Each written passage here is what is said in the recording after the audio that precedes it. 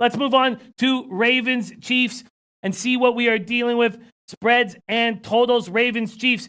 And I know all these people are high on the Ravens, and I've not jumped on. And Whale Capper loving the look of the Ravens after week one. That was against the worst team maybe we've ever seen. Did we see who the Ravens really were against the Cardinals? Partly. Will we see who they really are when they get smoked by the Chiefs this week? Yes. It's at -7 or 6.5. And I am jumping on the Chiefs. This could be my 2-unit play in the contest. Baltimore's had a really easy 2 weeks. They did not impress last week. Harbaugh is a great coach who prepares them, but no one can stop Casey's offense. Honey Badger has helped shore up that back end. Still not a good defense, but shoring up. They were down 10-0 after the first against the Raiders and then completely shut down Carr and Co. This is the Chiefs. I'm backing the Chiefs. The Ravens lose by double digits here, Donnie. What do you think? Ravens, Chiefs.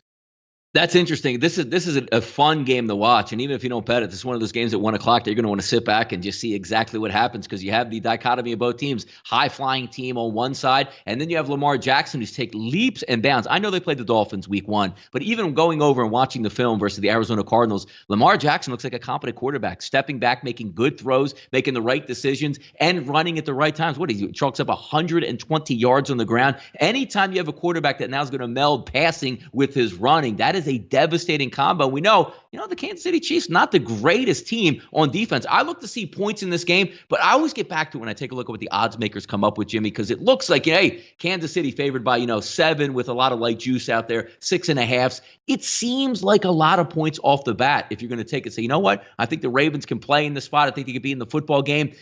I'm not ready to throw in the towel yet on Kansas City. Look, Kansas City is going to win a lot of football games if they get Jalen Ramsey, which, they're talking about trading if they do or not. That would be a huge, huge move for them. But it's like you saw week 1. They go down to Jacksonville, and they light that team. You saw week 2. They go in to play the Raiders. They put up 28 points in the second quarter and just put it in cruise control. These points can come out of nowhere. And let's be frank, last week, forget about the Dolphins game. Arizona moved the football. Kyler Murray throws for close to 350 yards against that defense. Kansas City's going to put up some points in this football game.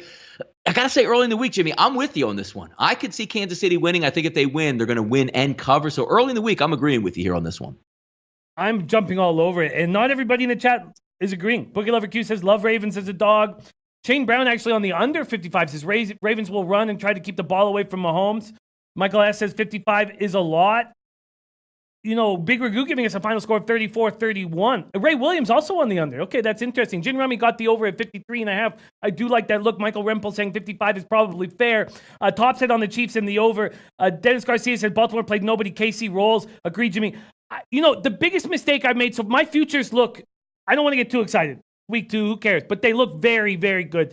The over with the Bills, 6.5. The under with the Dolphins, 5.5. The under Le'Veon Bell, 1,125.5 rush yards. The Falcons to win the division. I've got the Chiefs Conference Super Bowl. The biggest mistake I made, and I don't know why I made it, just because I'm not a fan. I should have the Patriots to win the Super Bowl plus 700 in my pocket. They're down to plus 333. I don't know why. Just $100 should be in my pocket. I don't know why it's in my pocket, not in my pocket. But this Chiefs team is excellent.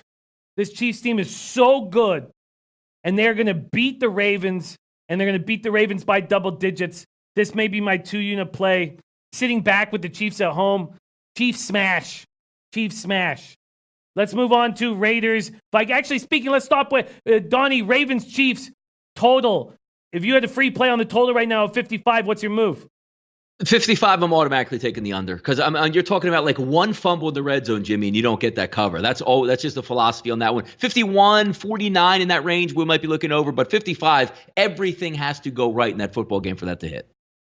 And Tormino says, Chiefs offense is great. Their defense is still trash. I like what I think Tyrann Mathieu shored up that secondary. I know it's a bad defense, but I don't think it's a trash defense. What's your, give me a quick, short breakdown on what you feel this Chiefs defense can do moving forward. The Chiefs are always going to be behind the 8 ball on defense. I mean, they only gave up 10 points versus the Raiders here, but anytime you have an offense that's going to be putting things in the overdrive, that automatically stresses your defense out. So they're going to give up points all season long. We're going to laugh at, they gave up 28. Yeah, but your offense scored 42. That's the point of the football game, is to be the winner at the end of the day. And also, we're talking, Kansas City is one of those few places, Jimmy, where now you go into and that crowd is going to be exploding, especially with 2 road games they had on the road. The 2-0 team coming in against a 2-0 team, that crowd's going to be on fire in Kansas City. Lamar Jackson won't be able to hear anything out there. And Ray Williams said this game went under last year. And then both Jake Bell and Bookie Lover Q on the other side. I do not like being on the other side of those two guys.